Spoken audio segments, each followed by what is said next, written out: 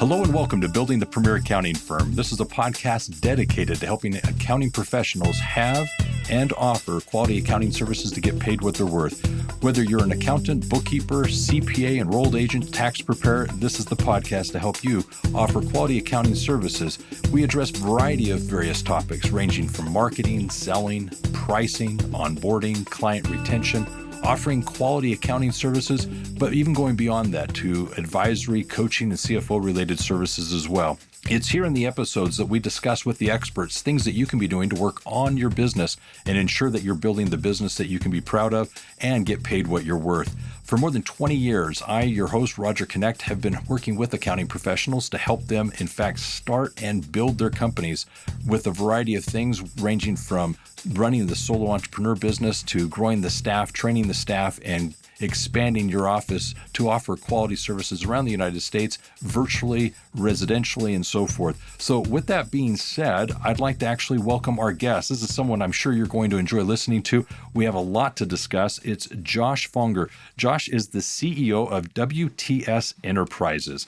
He is a business performance architect. He actually is an international business consultant, coach, and speaker.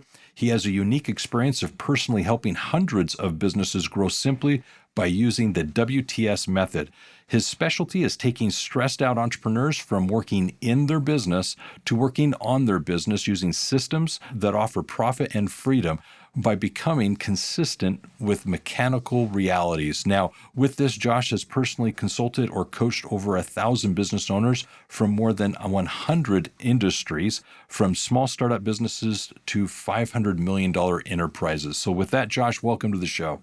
Glad to be here, Roger. This is going to be fun. So obviously, business coaching is something that you and I can be very excited about. So I'd like to kind of back up for our listeners and try and give an idea as to why business coaching. I mean, obviously, business owners sometimes think that they know it all. My business is unique. No one else understands what I do. Really, what can a business coach offer me? I'm my own expert. Why coaching? How would you define coaching itself? Well, great start. Great question. When I first got into this industry, I had the exact same opinion. I wrote my business thesis paper about why you shouldn't hire a consultant or a coach, and you should really they're a waste of money. They're just going to regurgitate stuff everyone already knows anyways. You can find it all on the internet. So it definitely, that was where I started. But once I realized that after working with all these companies that really needed help, is that the internal team, they're swimming in the same water as the owner, and they can't actually give the feedback necessary to make the owner make the shift they need to make, right? They're employees, they're contractors, they don't want to upset the owner, they don't want to tell the owner the truth, maybe they don't even know the truth. And so an outside perspective and someone to hold the owner accountable, because no one else in the company can do that, makes a massive difference. And I didn't realize that until I actually started to do the work. I became a consultant by accident. It wasn't by choice, but the transformations are amazing. Now, I would say though, like you mentioned in the beginning, is if you believe as an owner that you do already have clear perspective, if you do believe that you don't need the help, then you shouldn't hire anybody because you're not going to get any value from it. You do have to have a certain amount of humility. You have to have a certain amount of willingness to listen to others. And if you just like doing it your own way, then don't hire anybody. This is kind of a long answer to your short question, but my dad owned a optometry practice in Michigan, and he's retired now. Had a great little business, enjoyed that for decades, and he never hired a consultant. And he said, Josh, I like doing things my own way, even if they're wrong, even if they should be done differently. I just like doing things my way, and I'm okay with that. So, he should not hire a consultant. Like, he wouldn't get any value, and he never did. So that was fine. Your perspective there, I think, is spot on. First of all, there's got to be a need, a want. The business owner is needing to be in a position of humility to accept some questions or some insights. But the words you chose, accountability and perspective, I like those. What I would add to it is the fact that the consultant, the coach, they're in a situation where with that perspective and accountability, what they're doing is they're bringing the right questions to the conversation, not necessarily the answers. I truly believe the business owner has the answers. They're the expert. This is their company. They have the insights of the day-to-day operations to know maybe what needs to be done next and what the customers they're targeting need from them as a service or as a product. What we're doing as business coaches is oftentimes bringing accountability where for the business owners, there may not be any unless they have perhaps shareholders or such. But it's also those questions. They may not just be asking the right questions because they're just so consumed by the day-to-day operations of their business. The thing that I'd like to ask next is, would you define advisor versus coach? Is there a distinction between the two? Yeah, and there's a lot of overlap too. The people so we certify people in our methodology, and so if you're going to be an advisor, that maybe speaks to a higher price point, more with the leaders, and having some special expertise. So our consultants have a special expertise, but a lot of what they do is coaching, where they do work with an industry that they don't know a lot about, and they are just asking questions. So in our business model, we kind of blur the lines, and we're involved in all aspects. So I would say we're method consultants. So we teach the work the system method. There's some key elements that we bring as expertise, making this transformation happen. But we're not experts for accounting firms or law firms or dental practices or HVAC repair companies. We're not experts in the industry. And so when it's an industry specific problem, we ask the questions and we try to build the systems. When it's expertise related to building a business that operates smooth, efficiently, and scales, then we do move more into the advisor role, more into the consultant role. Like, we've done this before, we've made this change before, this is what you should do. We're not asking you questions. We're doing this thing that we've done before. But when we're moving to, well, how do we fix this customer service problem? Well, then we're going to be asking questions like, hey, in your industry, you've got a car wash, what should we do? Or if you've got a SaaS company, what should you do? And then we're more drawing out the solutions, but then we're building it into where we have the expertise, which is building the systems. So it's a convoluted answer to your question, and I don't even bring it up. I just say we're consultants, we're coaches, we're advisors. We're going to help the company and the owner in where they're at and bring them to a better place. And you're going to have skills in both, directing and consulting, and skills in coaching, and you're going to need to kind of match them both. Yeah, those three terms, you brought them up. And why I asked about the first two, you brought up the third, I think are really important in this conversation because they are, in many people's minds, synonyms, and I think there needs to be a distinction.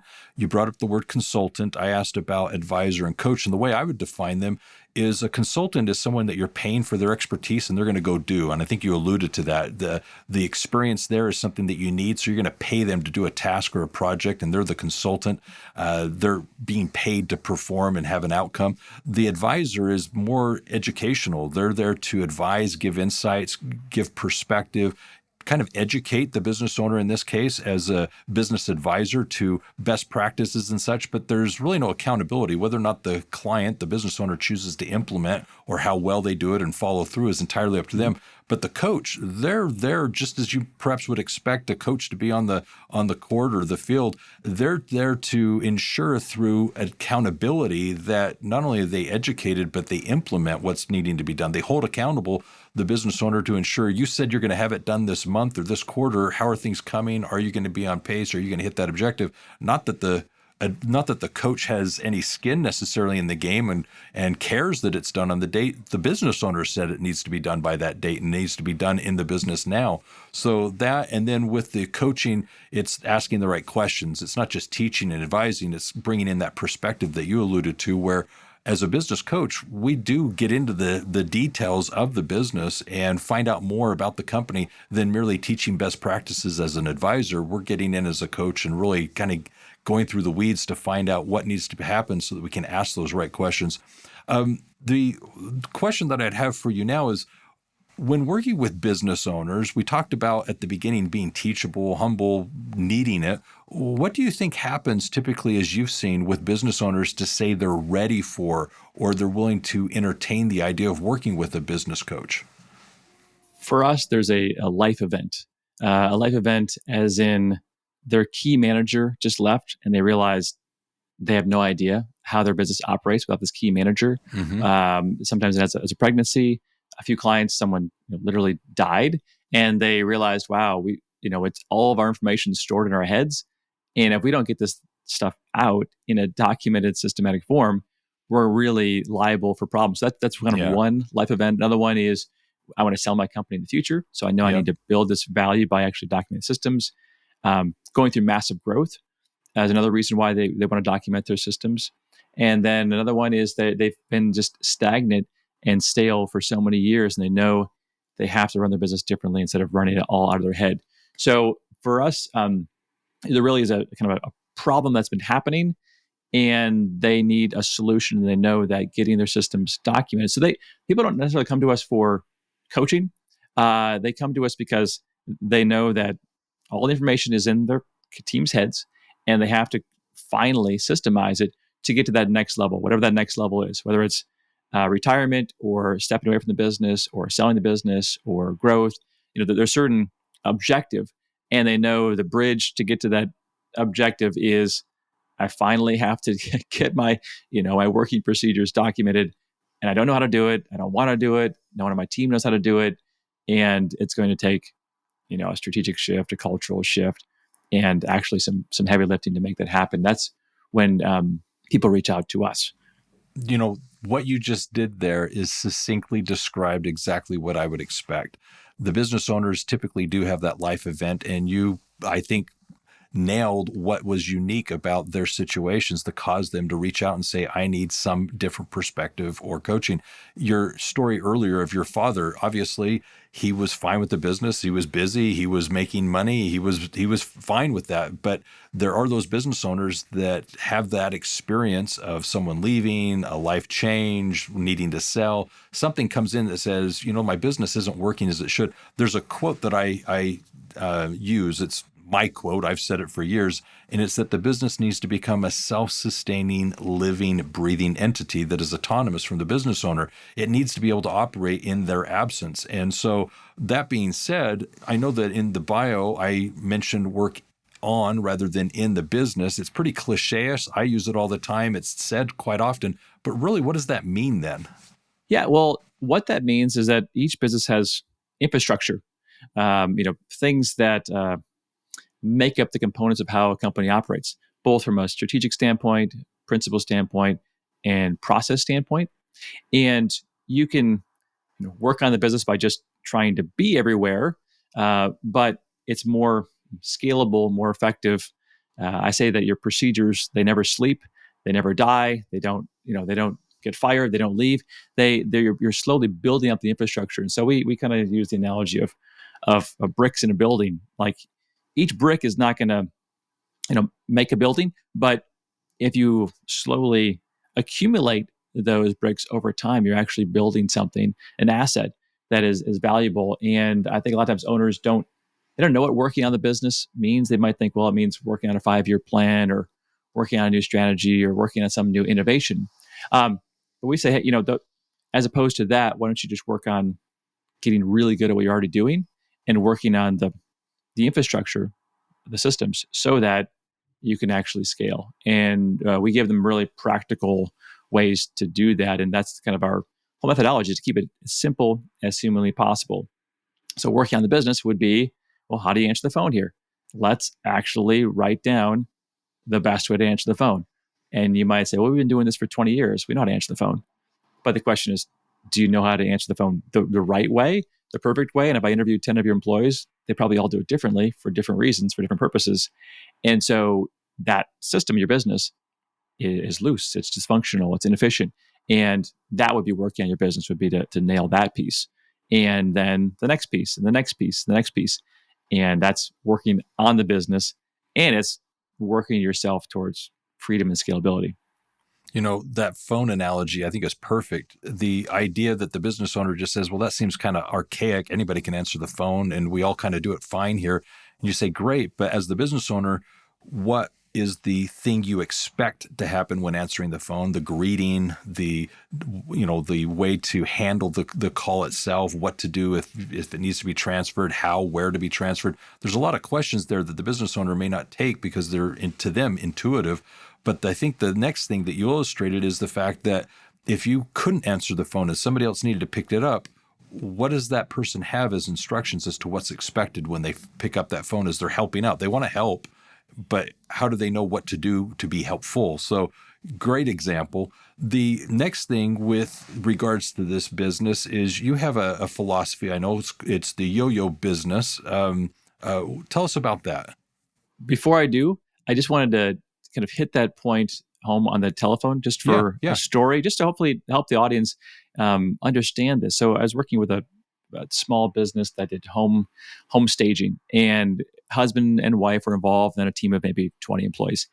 And the husband and wife were the ones who answered the phone the most. And I said, we should document this system answering the phone. And they thought, well, we're the ones that do it. We know how to do it. It's fine. And what I found out was that the husband, he thought they were really busy. He really didn't like annoying clients. He didn't like tight deadlines. He didn't want to negotiate pricing. And so when he got on the phone, it was very much try to find reasons to not work with this client, try to push them off to his competitor. He didn't want to see his wife stressed out anymore. And so he's just like, well, we shouldn't work with that client. And I told them no. And that was his philosophy when he answered the phone. And he would ask the questions to really qualify. Now, he got only a few clients and they were good clients. Her philosophy was, I want to help everybody. I want to hear everyone's story. She was on the phone way longer. She would, of course, close more deals. She would set more difficult timelines, kind of cause nightmares for herself, but, close way more sales. And, they're living in the same house and they're both answering the phone, but they're totally different reasons, totally different objectives, totally different goals. And once we wrote it down, we're like, wow, even you two don't even know the right way to do it. And they're both erring on different sides. And then once they took the two sides of the pendulum and refined it, then they actually clear way to answer the phone. And neither of them had to answer the phone anymore, right? Then they could just have their salesperson answer the phone. They could follow the script. They could do a better job than both of them. They were both owners, right? They could do a better job than the owners. And that's kind of the power of systemizing. And so not to go on a long tangent there. Now, in terms of the Yoyo business, that is any business that has been kind of plateaued for 5, 10, 20 years, 30 years, and they just hover in a spot. They go up and down, but they're kind of at the same level. And when they are busy, maybe they get a few more clients, they get more leads than normal, some promotion happens, and they get really busy. So they work super hard, their quality goes down, the owner is highly involved in everything they do. But because the owner is so involved, the marketing engine slows down, the sales engine slows down, and then things start to dip. And then the owner is like, well, I can't, in your case, do the accounting work anymore or do the bookkeeping work anymore myself. I've got to get out of this and start selling. And then as it's dipping, they go back into sales mode and they don't focus on the operations and they just hover. And this plateaued or yo-yo business situation happens because there's really no long-term vision. There's no structure in place, and there's no systems in place to take the company anywhere except survival. And the more the owner works, the more money they make. The less the owner works, the less money they make. And really, the performance of the business has purely to do with the owner's energy.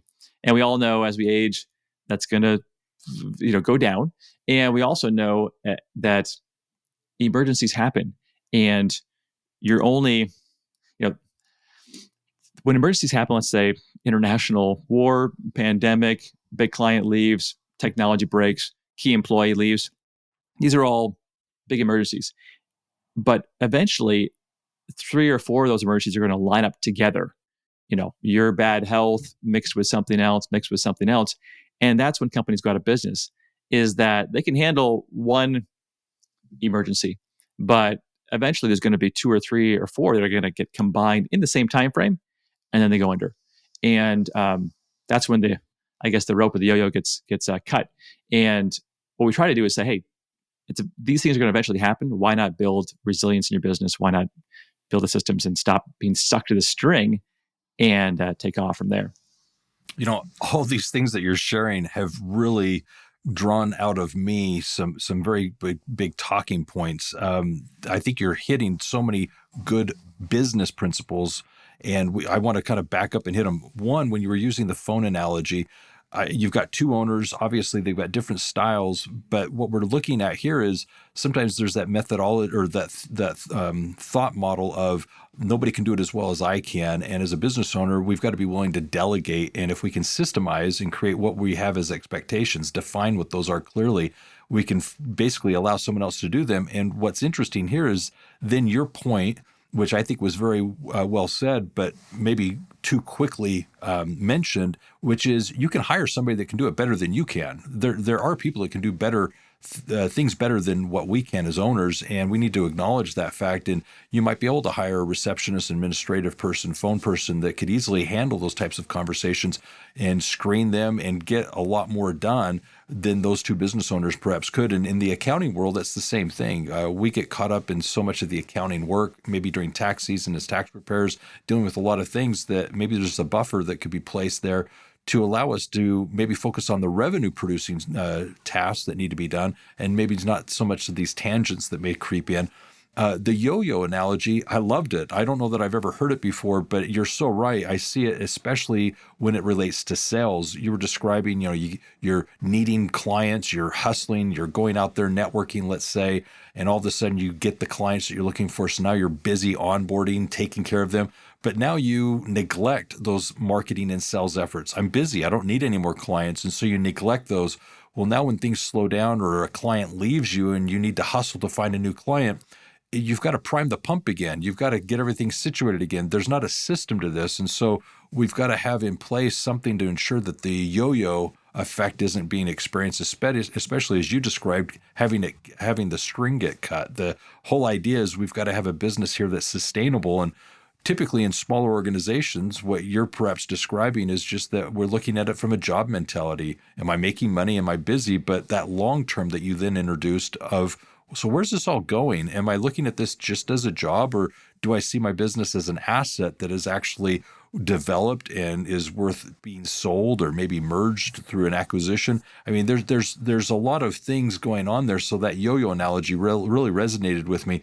Let's talk about the work system method that you have a book that's written about. How can you make more money, do more with less work?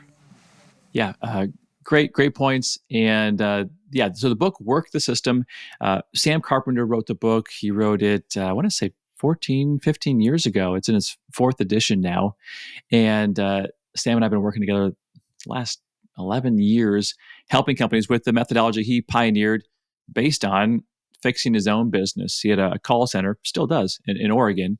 And he, like a lot of people listening to this, was working at the business day in, day out.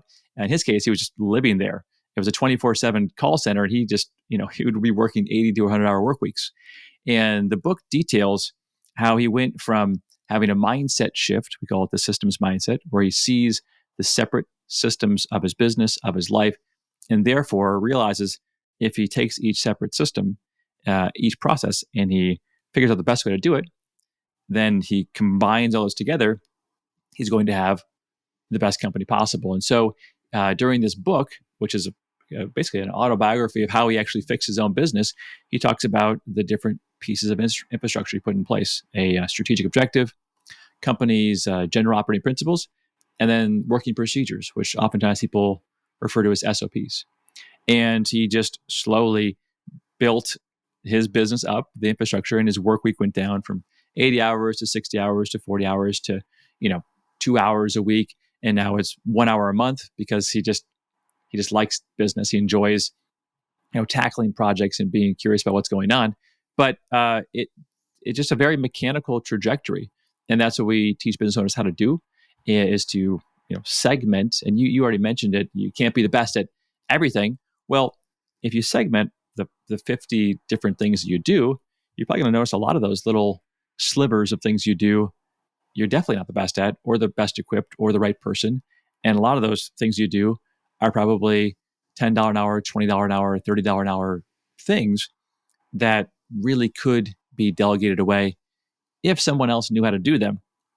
And that's where the documentation comes in. And so we take people through this methodology, and those are the core points right there. And it's like math. The more of these things you build, the more people you can bring on, the higher your sales get, the better your quality gets. Therefore, you can raise prices. Therefore, you can stand out amongst your competition. Therefore, you're more resilient. You prevent problems. Like all these benefits are going to happen if you get serious about getting your systems in place. And I think that's and we've talking about, the kind of ideal person who would do something like this. They have to have high standards. They have to raise their standards from where they were before. They have to raise their ambitions. They have to raise their goals, and they have to think beyond, this is a job I need enough for my family, as opposed to, this is an opportunity I've been given this gift to be an owner or a leader in this situation, and I don't want to squander that. I want to steward it well. I want to make the biggest impact in my for good in this world, and that's thinking bigger. Whether you own a tire store or you own an accounting firm, it's not just about feeding your family. Being in the position we are, especially in America, we can do a whole lot more. And isn't it better to do more with less than instead of doing less with a ton of effort? Yeah. And it is better. And so it's like, well, yeah, I do want to do that. And so a big part of for us is to help people see, what would you do if you had 10 times more money or 10 times more time available? What kind of things would you do? Have you ever thought about that? Have you ever had a hunger for those things? Because if you actually, if you had a lot more time and a lot more money, all you do is sit around and watch movies, well, then you're not really going to put any effort into building this infrastructure. But if you do have some much bigger goals and objectives you want to achieve, then you will actually put in the focus to make that happen. And that's really the difference between those who are successful with us and those who aren't, is they actually do have some bigger ambitions. They have some bigger goals, and they're not content at status quo. And I would say the masses are content at status quo, and the masses also don't last very long. As you know, most companies don't last very long. Most of them go out of business. And so, the question for the listeners: are you comfortable with status quo, or do you actually have a bigger ambition? It doesn't need to be a selfish ambition. It can be a really positive, useful, productive, important vision. And we try to help people build that in as well. What you're describing there is something that we describe as passion and purpose. We refer to it as engaging and manifesting in the coaching that we offer. And it's simply because, I think you said it right, unless there's something to motivate them, obviously they're in a position where there's just no reason to go through that heartache and do these things that may be perceived as non revenue generating activities. Just why do this? I'm busy, I'm happy, things are fine. But it's having that long-term perspective. And then as you were describing this, you really said it well with systems. Systems are the great liberator. If we're in a position where we can systemize things, then we can bring in other people. And the way I've defined it is we have a philosophy called MAP. And with MAP, it's literally taking and organizing the various things that we want to work on. But once that's done, you can prioritize them and then delegate them. And it's the system, like you said, through documentation, creating the system that allows you to delegate. And you use the words duplicate. That's even a Michael Gerber term that really what we're trying to do here is through the business is move beyond having a job. And it's basically going to take us to a lifestyle situation, but we want to elevate to that owner role. And that illustration that you gave in the book of moving from 100 hours to 80 to 60 to then ultimately working 2 or 1 hours, it's not to say you're going to become uninterested in the business. It's just to say that you're no longer needed in the day-to-day operations of the business. You can get involved in more the vision and the purpose and really get to do a lot more than what's maybe going on day to day, but still, if you've built that empire, get paid even better. So I like where this conversation's going. So let's talk about then the business owner themselves. What sometimes do you find holds them back from embracing this change and maybe putting in the effort to move in this direction? What do you think? I mean, they might have the idea where they heard what you've said and they say, yeah, I want to do it. But what stops them from really implementing and doing it? Great question. And I don't know if there's a silver bullet answer to that. It does require a coach, someone to ask good questions and to do some introspection. But as a generally speaking, people like to do what they're good at, and entrepreneurs and owners are typically good at solving problems, big problems, emergencies, fighting fires, and what they have to do is they have to get excited about solving a different kind of problem and being patient enough to let other people learn to do the work that they used to do before. So moving from, let's just say, filling out tax forms and doing taxes really fast and really well to leading an organization and being a CEO and scaling and marketing, those are different skill sets. And if you're really good at, tax preparation, you're probably not really good at doing CEO level work, right? And so it's shifting to work that you're probably not very good at, and being patient to let someone else fill the gap while they learn the ropes. Maybe they make a few mistakes, they do it a little bit differently than you would, and so that is the big shift. And so that's why our smallest program is 4 months that we offer. Is we really need some time for you to work through both between your ears and in your team and in the infrastructure, for this new shift, this new philosophy, this new way of working to take hold, because it's so easy for the owner to go back to what they're good at, what they're fast at, and not, kind of put their head in the sand about really what they need to do, which is the work that no one else could do.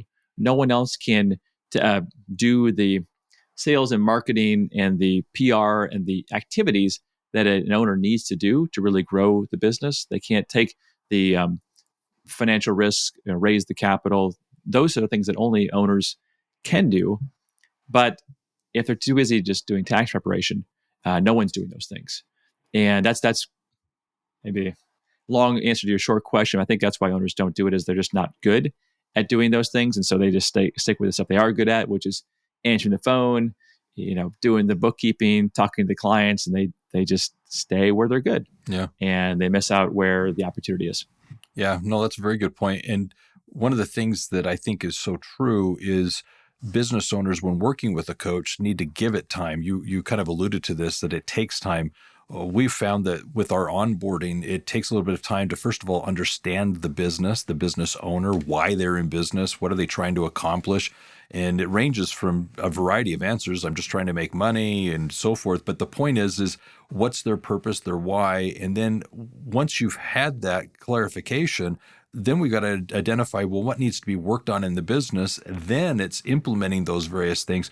Well, now we're months into the coaching relationship before we're going to start seeing results or changes. So it does take time. And I think what you said there is very important to take away from this.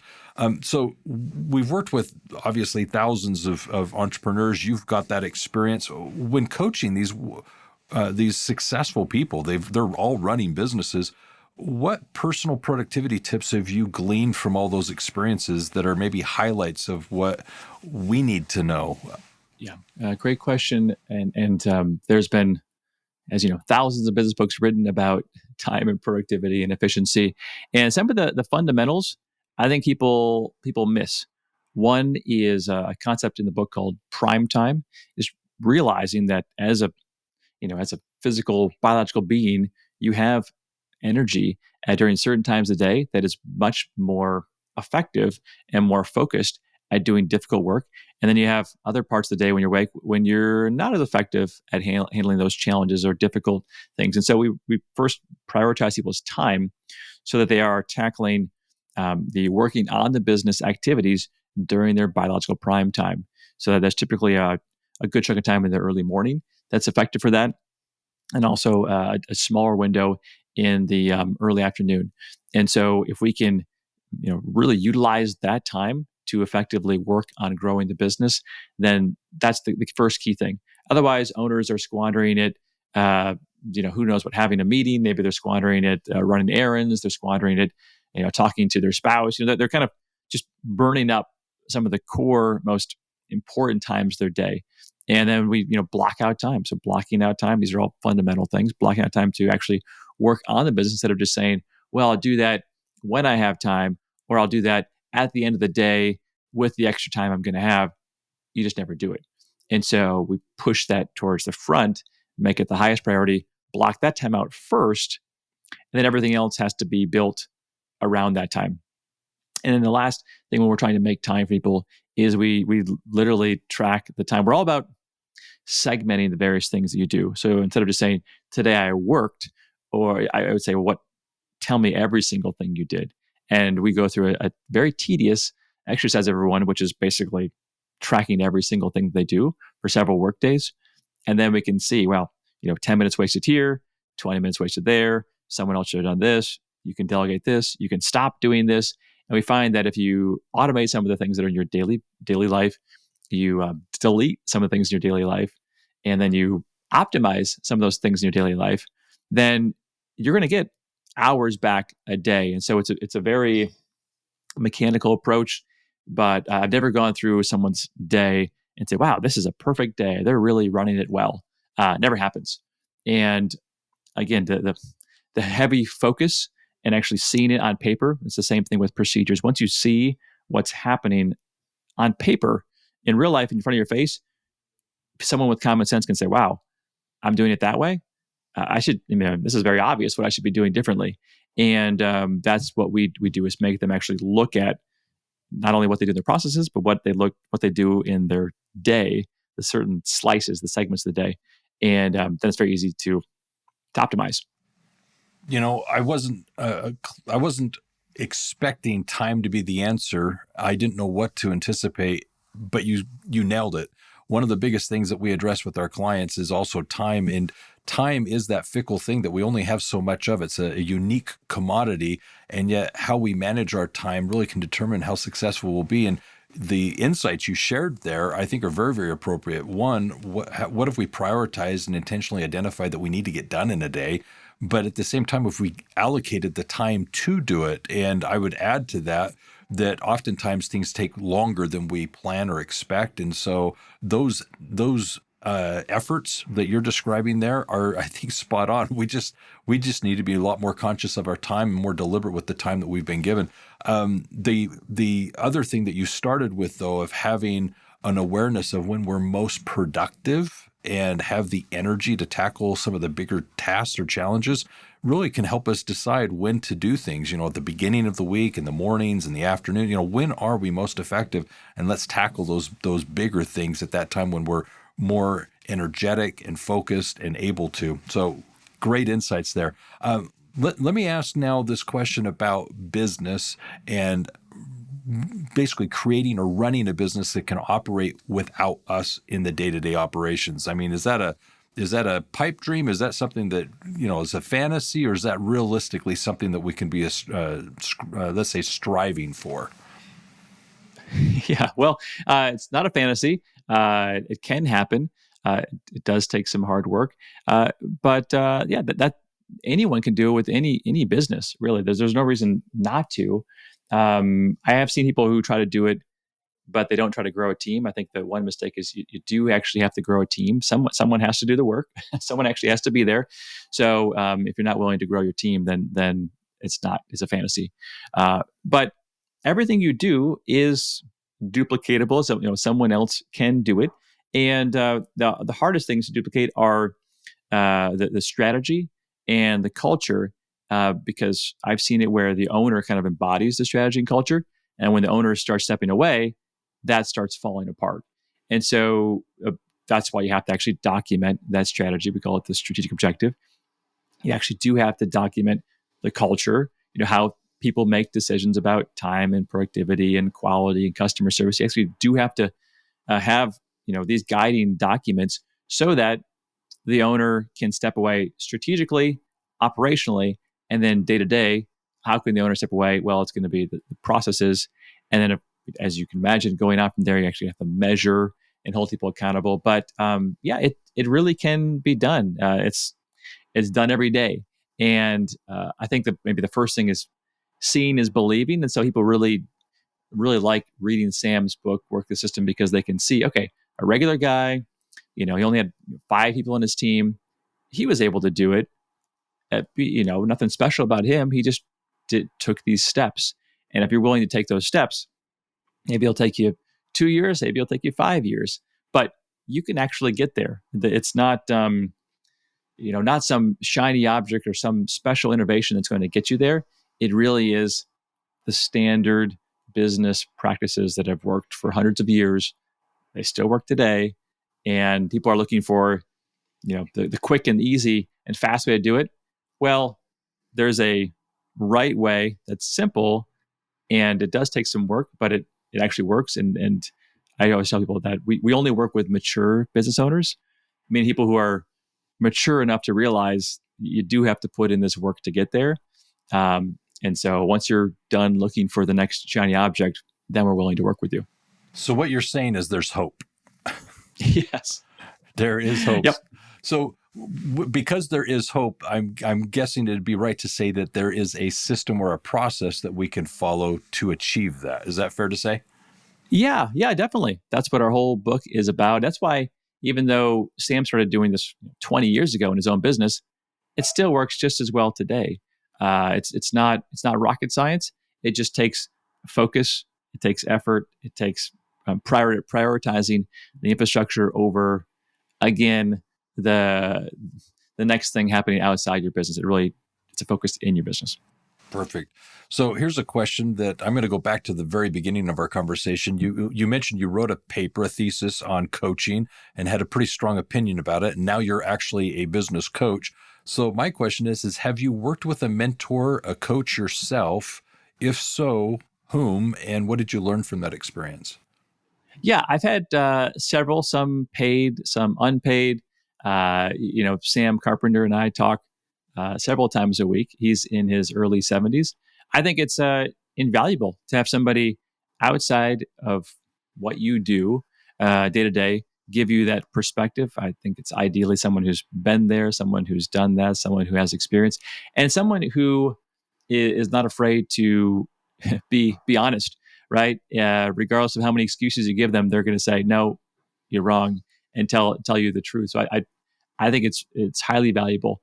In terms of one thing specifically, I think I probably couldn't think of one thing specifically right now, but I'm never without somebody above me, and I also have groups as well. So peer groups of those in the middle of what I'm doing right now, and then also at least one or two people above me advising me on things that they have more experience, more expertise, and to not do that, you're just going to have massive blind spots. Just massive blind spots. And those blind spots might delay your success by years or decades, or make them just impossible to achieve. And so I think it's invaluable. Anybody who's missing that in their life is missing some very obvious problems and or solutions that they could implement immediately. They just never saw them. Yeah, the idea of blind spots, one of the things that I think of when I hear that is the fact that there are sometimes these minds or these unnecessary mistakes that could be avoided if we just had the right perspective or insights. And so that's what sometimes these people or masterminds, as you would refer to the groups perhaps, as basically people to help us avoid those blind spots, as you said. So I like that. The other thing is a lot of the listeners as accounting professionals oftentimes find themselves in a position where, as accountants working with clients, they sometimes either have opportunities to get into kind of an advisory or coaching role, or they may even consider a formal coaching relationship with their clients where the client is also paying for coaching services beyond the accounting that they're providing. What advice would you have for an accounting professional that's considering formalizing that type of relationship and offering coaching services? What advice would you have for them as they're considering this as a possible addition to their accounting? Yeah, I think that they should do it if they have interest in it, because you already know the finances of a business, which you know a lot about what's going on. So I think it's a key aspect of giving anyone good advice. And they already trust you, and they know you, and they like you, and I think it's a great thing. Probably the biggest mistakes I see people make who just get started in the coaching or consulting arena is charging too little, and kind of charging not based on the value they're offering. So the kind of transformation and impact that you can make as a coach or as a consultant, I think is a much higher level, and the price really should be a premium as opposed to maybe something that's more standardized and more what is the word? It's just there's already a price point for what bookkeeping services should be or tax preparation services should be, and so you have to stay within that realm. But when you move to business coach or business consultant, you're in a whole different realm, and the thing that you're providing to them is something they really can't get anywhere else, especially if they made a direct connection with you. So I think that I would say don't undercharge for that, because you're not going to command the respect and or get the kind of buy-in that you need from your clients. That would be the one thing. And then the other thing is I would build a system about it. So don't just be loose about your advisory or coaching services.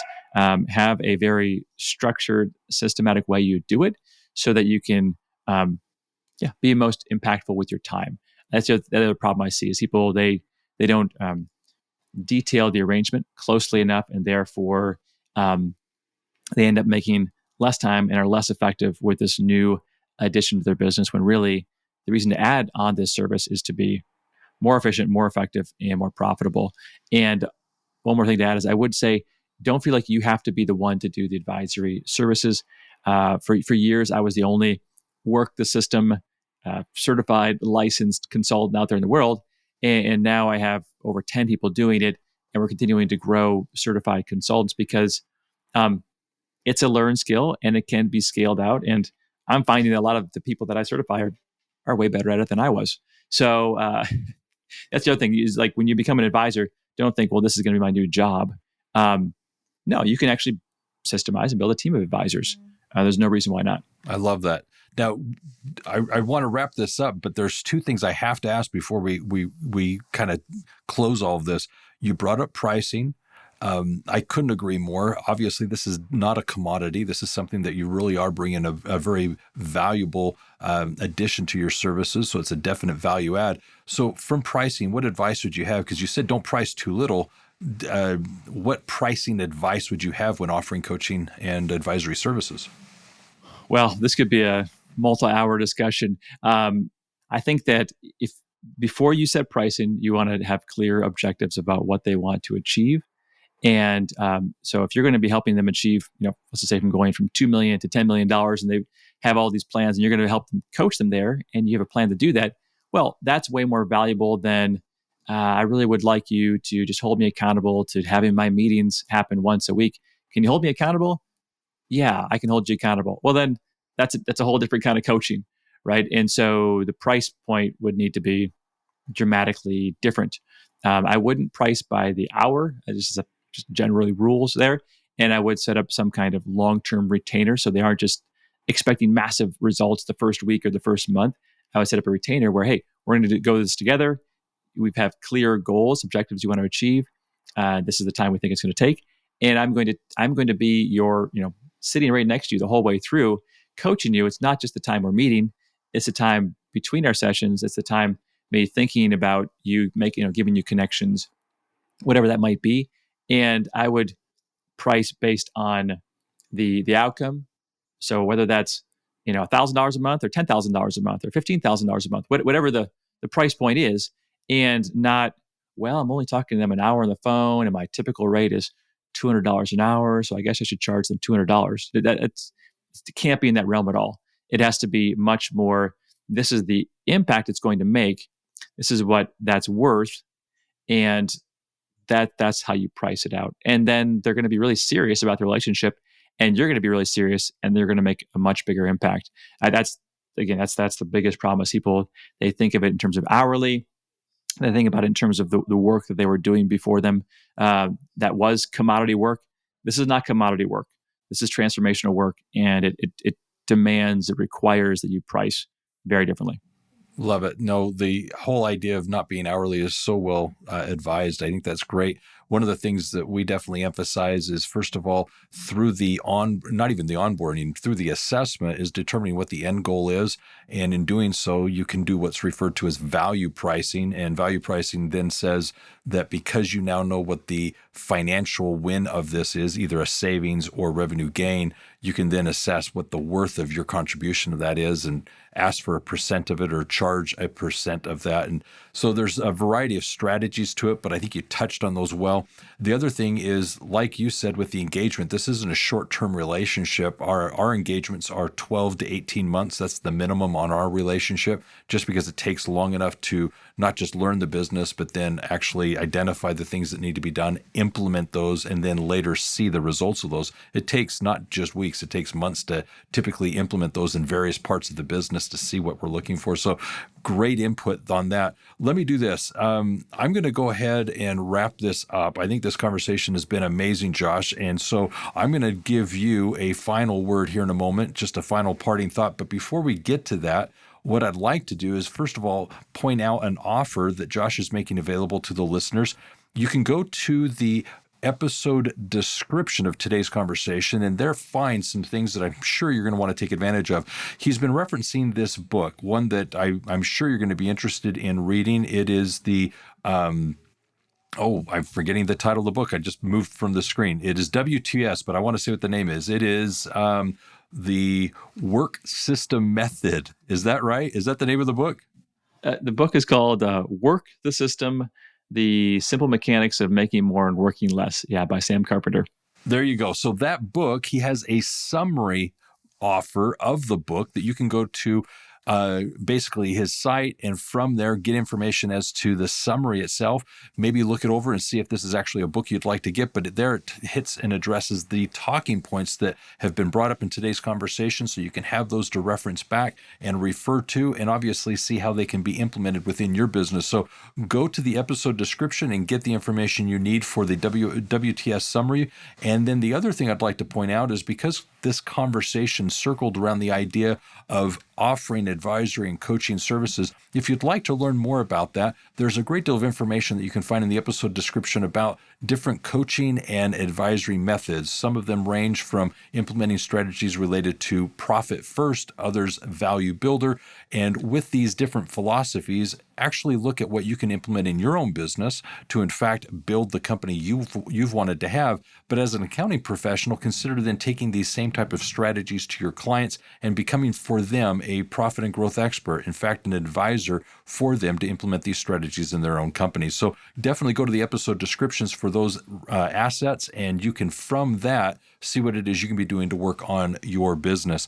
As a summary of today's conversation, this is what I hoped it might be. Josh was able to share with us some insights regarding coaching, what that looks like, what it really is. But from a practical level, we can see for ourselves as business owners what it means to us. I think sometimes we get into this mental block of, we have to do it our way, no one else will do it ourselves. And we address that by saying that if you can systemize the process and basically set clear expectations, it then becomes something that you can delegate. And oftentimes you can find individuals that are even better at these particular tasks than ourselves. And oftentimes, as Josh pointed out, even have them be paid less than what we're paid to do the things that we've been doing all along. And now all of a sudden, now it frees you up to do things that are definitely more revenue producing, or perhaps things you enjoy more to do. So excellent principle there. Another thing that I think is a reality is, so often as business owners, whether it's ourselves or our clients, it really becomes, even though we're business owners, a job. We're involved with the day-to-day operations. We open the business, we close the business, we do the things for the clients.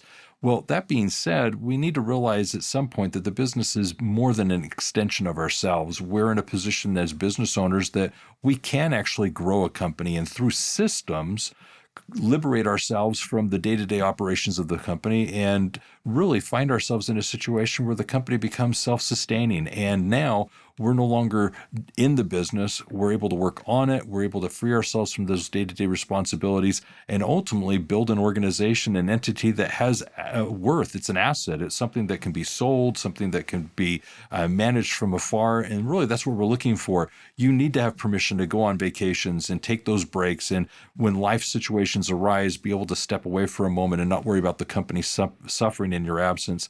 The other thing that I thought Josh really pinned is the idea of time management. It's recognizing that we are very effective at certain times of day. And if we can more deliberately manage our time and become effective users of that asset, we'll be able to accomplish more, do more, be more successful with the things that matter most. And so really putting a little bit more time and effort into time management, being deliberate with the things that we're scheduling, being more focused on the things that we need to have done, all of a sudden that's going to materialize into us getting accomplished the things that matter most and probably impact our business the best.